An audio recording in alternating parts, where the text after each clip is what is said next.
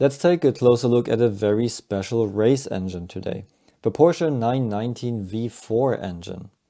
It's a perfect example of extreme design which started on a blank sheet of paper, and to be honest, I needed hours to understand this engine and you will see why. The whole project started in 2011, when Porsche decided to join the LMP1 championship for the 2014 season. Sister company Audi was already in LMP1 and dominating, but instead of sharing knowledge within the VW group, Porsche started from a blank sheet of paper. And you can still see this internal rivalry within the VW group today, with the Porsche 963 and Lamborghini doing their own thing in hypercars, or Porsche and Audi both wanting to join F1 at the same time, and now Audi joins and Porsche is firing against it in the background. Anyway, the impressive fact about Porsche is that whenever they design a race car, there are no holy grails. They don't design things because they always designed it that way. Porsche always goes for the best technical solution, even if it's complex. Like in the 1980s when Porsche designed their F1 engine, and although Porsche was known for their 6-cylinder boxer engines, and they would have never put a V6 in a 911, they designed a V6 for Formula 1. Because it was the better engine. And it was the same with their 919 project. LMP1 regulations were very open about the drivetrain design, just the fuel flow was regulated. Task was to design an engine with around 500 horsepower because Porsche wanted to compete in the highest 8 megajoule hybrid class. So more electric power means less combustion power. This engine should be a structural member like in F1, so you can save an additional rear frame for less weight and tighter packaging. Also, it's endurance racing, so the engine needs to last for at least 24 hours. In 2014, Toyota had a 3.7-liter naturally aspirated V8 and Audi a 4-liter, 120-degree V6 turbo diesel engine. Porsche decided for a turbocharged petrol engine and came to the conclusion that 4 cylinders would be enough. A V6 would be longer, heavier, and would have been too much internal resistance, so less cylinders would be better for 500 horsepower. A straight 5-cylinder engine would be too long, and also a straight 4-cylinder would be long and thin, which is not a good idea if it's the structural link of the whole rear end of the car. It would need an external support frame, and torsion, while driving, would increase internal resistance. So it was clear that it needs to be a wider and therefore shorter engine. One option would have been a 4-cylinder boxer engine, which would have fit the Porsche history. But the problem is actually the high center of gravity, because you still need space for primaries at the lower side. Also, the boxer with its counteracting cylinders is constantly compressing and expanding air in the crankcase, which increases internal resistance. So Porsche decided for a very unusual engine, a 2-liter, 90-degree V4 engine. Advantage was now that it's a wider and very stiff engine, and it's very short with just 2 cylinders on one bank. Because of the V-angle and dry sump lubrication, the engine could be placed very low for a low center of gravity, and there was enough space for primaries at the sides. Downsides are balancing problems, and you need double the amount of camshafts, heads and primaries. And Porsche has been very secretive about this engine. In every video they blurred the engine, and in animations crucial parts were missing. When you saw the engine in reality, the interesting bits were covered by heat shields. So, how do you design such an engine? First of all, we draw the engine in top view to name the cylinders. In this case, we start opposite of the output shaft and on the left-hand side, which is later the right-hand side of the car. Cylinder 1 and 2 are on the left bank, cylinders 3 and 4 on the right. Different manufacturers count cylinders differently, so you sometimes need to translate firing orders, but this is the system for German manufacturers. We then draw the engine in front view. You can see bank 1 with cylinders 1 and 2, and bank 2 with cylinders 3 and 4. To work out the crankshaft design and firing order, we have to start with cylinder 1 on the first crank. This is a 4-stroke engine, so we need 2 revolutions to finish all 4 strokes, so 720 degree. Since this is a 4-cylinder engine, we can divide the 720 degree by 4 cylinders. So the firing gap for an evenly running engine should be 180 degree. So we fire cylinder 1 now, and 180 degree later there should be another ignition, so we need another cylinder in top dead center. This should be cylinder 3, so we fire a cylinder on the other bank now. 180 degree later, cylinder 1 is in top dead center now, but it fired just 360 degree ago and it needs another revolution to recover. So the only option now is cylinder 4. And 180 degree later, the remaining one to fire is cylinder 2. So the firing order is 1, 3, 4, 2, just like a straight 4-cylinder engine.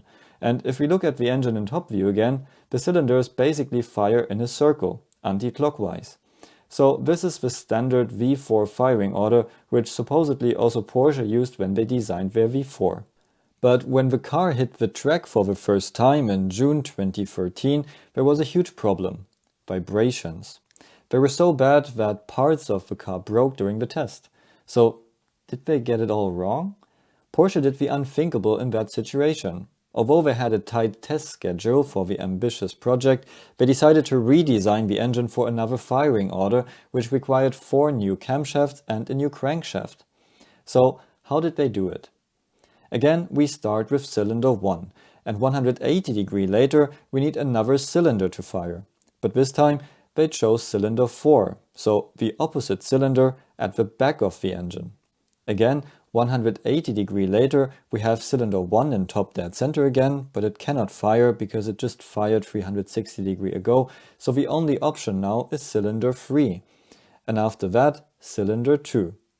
So the firing order now is 1, 4, 3, 2.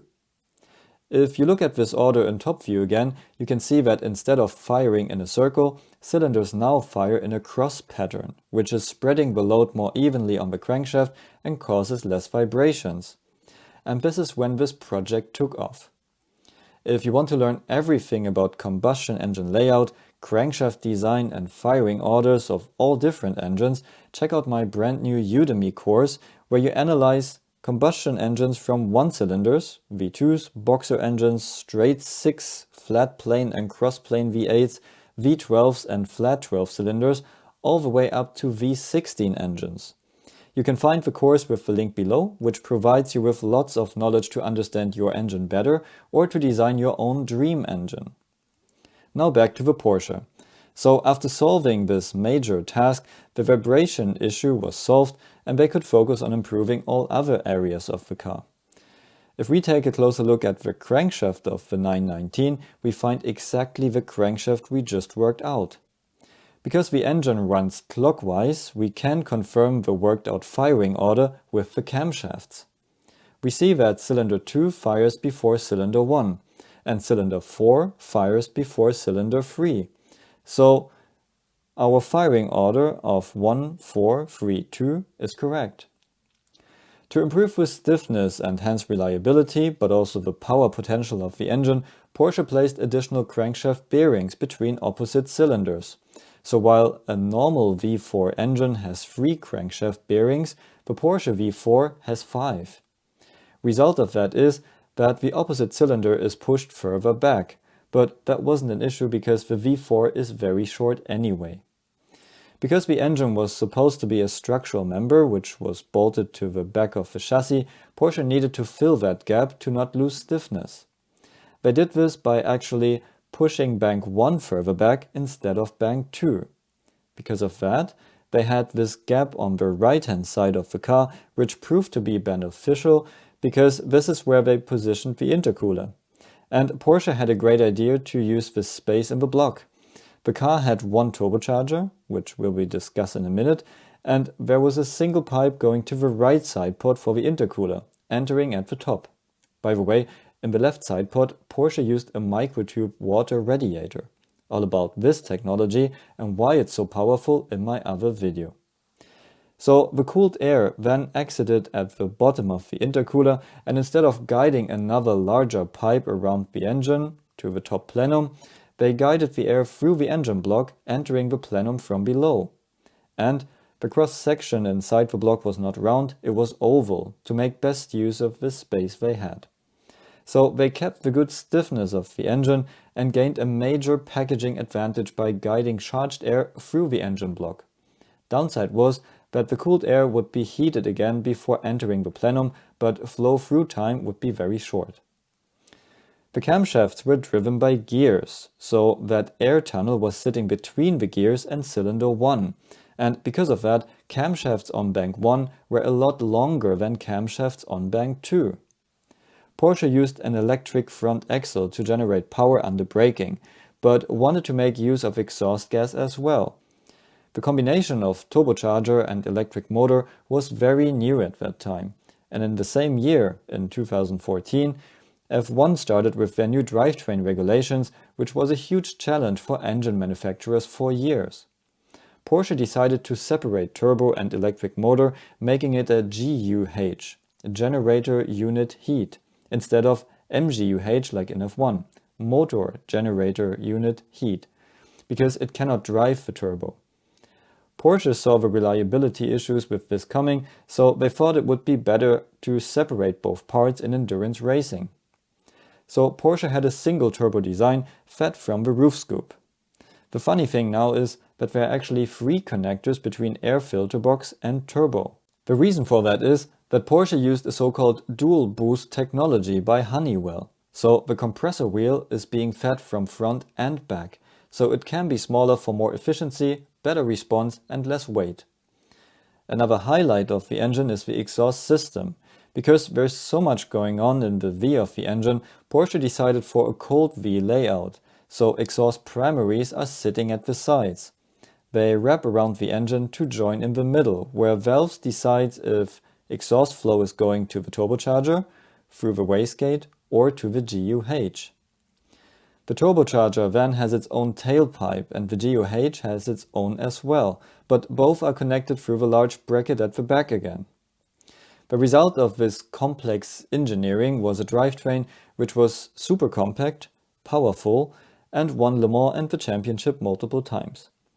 The V4 engine alone produced 500 horsepower in race mode and 720 in the unrestricted Evo version.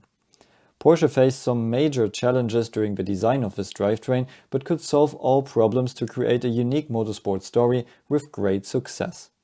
And today, it's great for us to get a detailed look at the secret design project of the past.